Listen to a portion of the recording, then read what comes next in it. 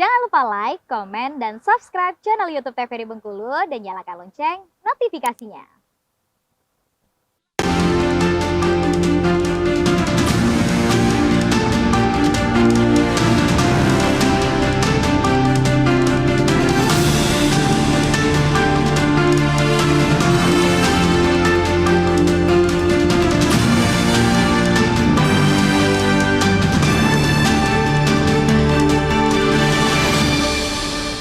Warahmatullahi wabarakatuh pemirsa, selamat petang. Senang sekali jumpa kembali bersama saya Khairul Fahmi. Kali ini di Berndo TVRI Bengkulu untuk edisi Selasa 22 Agustus 2023. Dan tema kita di sore hari ini yaitu menciptakan pendidikan yang berkualitas. Di TVRI Bengkulu telah hadir untuk narasumber yang akan kita ajak berbincang tentunya. Di kesempatan kali ini yang pertama ada Bapak Idiarman selaku Kapsek SMPN 22 Kota Bengkulu. Dan juga ada Bapak Dr. Bapak Profesor Sudarman Danim selaku akademisi. Selamat sore Bapak, sehat? Alhamdulillah ya. Kita akan ngobrol dan juga berbincang mengenai menciptakan pendidikan berkualitas. Sebelum kita tahu dan juga kita menciptakan yang namanya pendidikan berkualitas, tentunya kita harus tahu terlebih dahulu nih, apa itu pendidikan yang berkualitas sebenarnya. Kita menuju ke Pak Idiarman terlebih dahulu selaku Kapsek SMPN Negeri 2 Kota Bengkulu. Silakan Pak. Baik, terima kasih. Sebelumnya terima kasih atas pertanyaannya. Jadi pendidikan berkualitas itu adalah pendidikan yang sesuai dengan tujuan yang kita inginkan. Sesuai dengan tujuan yang kita inginkan. Jadi ketika pendidikan kita laksanakan, maka dalam pendidikan itu ada unsur-unsur yang harus kita capai. Nah, ketika unsur-unsur itu tercapai, maka itu berkualitas. Unsurnya apa saja kalau boleh tahu? Nah, dalam pendidikan ada konten, ada muatan materi, lalu yang kedua ada unsur pendidikan karakter. Kalau di kita itu ya tentu cara kesopanan, karakter ya. Di samping materi yang harus kita capai juga harus kita beri pendidikan. Nah, ketika itu tercapai maka insya Allah kualitas mulai muncul di situ. Nah, itu yang dimaksud. Nah, untuk Bengkulu sendiri sudah memiliki pendidikan yang berkualitas belum menurut Bapak sendiri? Ya, kalau pendidikan berkualitas untuk di daerah kita Bengkulu ini masih relatif. Masih relatif. Ada sekolah-sekolah tertentu yang memang sudah tercapai kualitasnya yang sesuai yang diinginkan. Namun ada yang masih dalam berkembang, masih dalam tahap perbaikan seperti itu ya. Jadi kita masih, kalau kualitas, bicara tentang kualitas ini masih relatif lah untuk kita. Oke, baik ya. Kita beralih dulu ke Bapak Profesor Sudarman Danim selaku akademisi nih. Kalau dari kacamata akademisi mungkin nih, untuk pendidikan berkualitas itu sendiri apa Pak? Ya, terima kasih. Ini tergantung dari mana kita meninjaunya. Kalau kita tinjau dari definisi pendidikan nasional, ya orang berkualitas itu jujur, adil, bertanggung jawab, mandiri, cerdas, kreatif, begitu kan? Gitu. Tapi kalau kita lihat dari definisi akademik, sebetulnya orang berkualitas itu memenuhi 3 hal. Yang pertama kognitifnya bagus, gitu ya. Yang kedua afektifnya bagus, dan yang ketiga psikomotor atau skillnya bagus, gitu.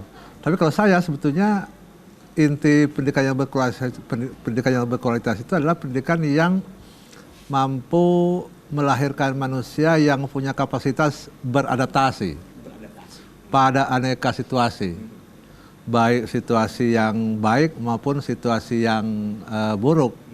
Karena pendidikan yang berkualitas sebetulnya cerminan dari individu yang berkualitas. Misalnya di era COVID kemarin, orang yang biasa-biasa saja terserang penyakit, itu dia bisa cepat sembuh. Tapi orang yang memang dalam kondisi tertentu ketika dia diserang oleh COVID, dia tidak bisa bertahan hidup. Nah, kira-kira seperti itu ya. Gitu.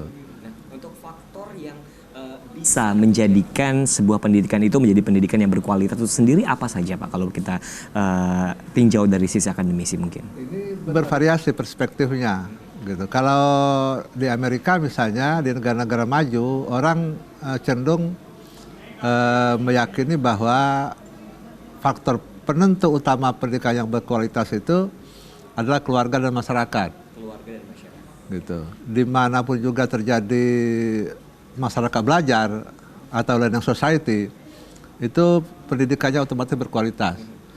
Tapi di negara-negara berkembang ada kecenderungan kualitas pendidikan itu ditentukan oleh faktor di luarnya.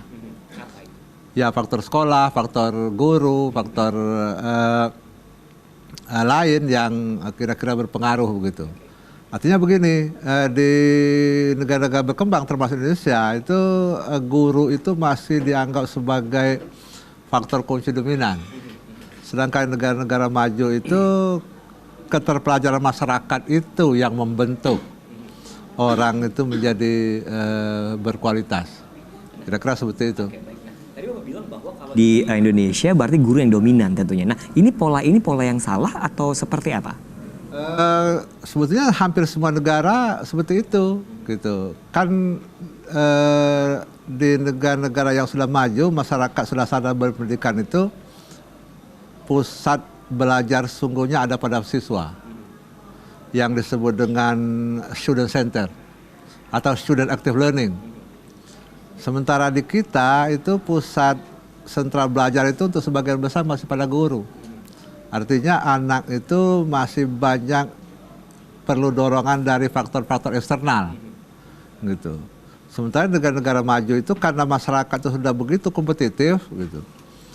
Maka di jiwa anak pun dia mengatakan saya harus menjadi hebat, gitu. Kalau tidak saya tidak bisa bertahan. Karena itu maka faktor-faktor internal itu cenderung jauh lebih dominan dibandingkan dengan faktor-faktor eksternal. Ya. Yarman, satu pertanyaan lagi tentunya, apakah kita bisa merubah pola tersebut, Pak? Mungkin seperti yang di negara maju, tadi yang Bapak bilang bahwa siswanya yang untuk dominan, untuk menjadikan ataupun juga mencari ilmu sendiri, tidak terpaku kepada gurunya sendiri, seperti itu. Apa kita bisa merubah pola tersebut di Indonesia? Untuk Pak Sudarwan Danim? Ya sebetulnya kita juga akan mendorong ke arah itu nanti, gitu. Karena kesadaran masyarakat itu evolutif, bersifat evolusif, ya tidak begitu bisa dipaksakan. Sebetulnya di Indonesia pun juga terjadi di sekolah-sekolah yang memang sudah sangat favorit, gitu. Katakanlah seperti Pak Idiarman dulu, kalau saya boleh membanding, mohon maaf ya, ketika beliau mengajar jadi kepala sekolah di SMP 1, itu pasti berbeda suasana anak dibandingkan dengan beliau di sekolah beliau sekarang. Itu udah terbentuk dengan sendirinya. Karena faktor kebanggaan anak kepada sekolah itu membentuk dirinya untuk menjadi kompetitif. Sebut saja lah misalnya dia bersekolah di sekolah X ya, yang oleh masyarakat dianggap sebagai sekolah favorit. Dia tidak punya pilihan lain. Saya berada di sekolah favorit karena itu saya harus menjadi orang hebat. Kalau tidak saya akan tergilas. Tapi kalau dia berada di sekolah biasa-biasa saja, kalau saya boleh membandingkan seperti itu, dia mengatakan dengan usaha yang minim dianggap cukup untuk saya bertahan. Nah kira-kira seperti itu. Barangkali Pak Idiarman pasti merasakan hal itu karena beliau ini pernah menjadi kepala sekolah di sekolah favorit tanpa harus membandingkan dengan di mana beliau menjadi kepala sekolah sekarang. Kira-kira begitulah ya. Beralih ke Pak Idiarman selaku kepala sekolah tentunya. Nah benar yang dibilang sama Pak Sudarwan Danim tentunya, apakah faktor sekolah tentunya, faktor sekolah yang siswa saat ini bernaung tentunya itu menjadi suatu menjadi sesuatu hal yang membuat mereka menjadi kualitasnya lebih baik atau tidak? Setuju tidak dengan hal tersebut? Ya memang benar apa yang sampaikan Prof tadi. Jadi kondisi sekolah itu juga ada pengaruh yang juga luar biasa. Jadi banyak faktor yang mempengaruhi bagaimana pendidikan itu berkualitas. Nah, saya merasakan di sekolah yang kemarin di SMP 1, ketika saya di SMP 1 maka tidak begitu sulit untuk mengarahkan siswa karena budayanya sudah terbentuk, dia kreativitasnya sudah tumbuh. Nah, jadi anak-anak itu siap berkompetisi gitu ya. Dia bahkan yang biasa saja dia terikut dengan kondisi sekolah yang seperti itu. Nah, yang sekarang di SMP 22 kita harus lebih bekerja keras untuk bagaimana mendorong anak-anak untuk belajar lebih kreatif. Tapi kita memang guru sangat dominan di sana, sangat dominan mempengaruhi anak.